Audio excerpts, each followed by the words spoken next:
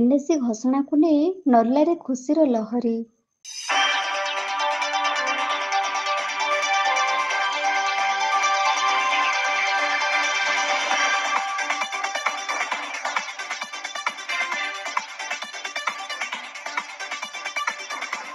ଦୀର୍ଘ ଦିନର ଅପେକ୍ଷାର ଅନ୍ତ ଘଟି ନର୍ଲା ସହରରେ ଖେଳିଯାଇଛି ଖୁସିର ଲହରୀ।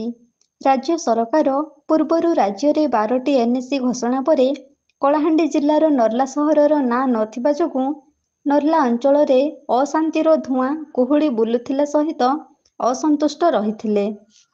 ଏହି ଏନ୍ଏସି ମାନ୍ୟତା ପାଇଁ ବିଭିନ୍ନ ସାମାଜିକ ସଂଗଠନ ଓ ରାଜନୈତିକ ସଂଗଠନ ଦାବି ଜଣାଇ ଆସୁଥିଲେ। କିନ୍ତୁ ରାଜ୍ୟ ସରକାର ପୁଣି 16ଟି ଏନ୍ଏସି ଏବଂ 7ଟି ମ୍ୟୁନିସିପାଲିଟି ଘୋଷଣା କରିବା ପରେ କଳାହାଣ୍ଡି ଜିଲ୍ଲାର ନର୍ଲା ସହର ସ୍ଥାନ ପାଇଛି, ଯାହାଫଳରେ ନର୍ଲା ସହରରେ ଦେଖାଦେଇଛି ଆନନ୍ଦର ଲହରୀ। ନର୍ଲା ଅଞ୍ଚଳର ବୁଦ୍ଧିଜୀବୀ, ରାଜନେତା, ଆଇନଜୀବୀ ସମେତ ସାଧାରଣ ଜନତା ରାଜ୍ୟ ସରକାରଙ୍କୁ କୃତଜ୍ଞତା ଜ୍ଞାପନ କରିଥିବା ବେଳେ ନର୍ଲା ବିଧାୟିକା ମନୋରମା ମହାନ୍ତି ମଧ୍ୟ ରାଜ୍ୟ ସରକାରଙ୍କୁ ଧନ୍ୟବାଦ ଜଣାଇଛନ୍ତି।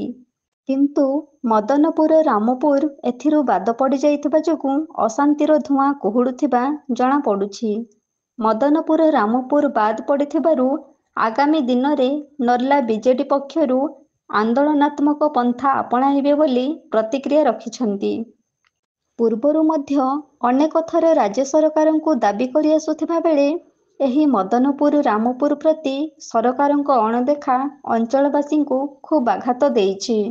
ତେଣୁ ପୁନର୍ବାର ରାଜ୍ୟ ସରକାରଙ୍କୁ ଅନୁରୋଧ କରାଯାଉଛି ମଦନପୁର ରାମପୁରକୁ ମଧ୍ୟ ସାମିଲ କରି ମାନ୍ୟତା ଦିଆଯାଉ।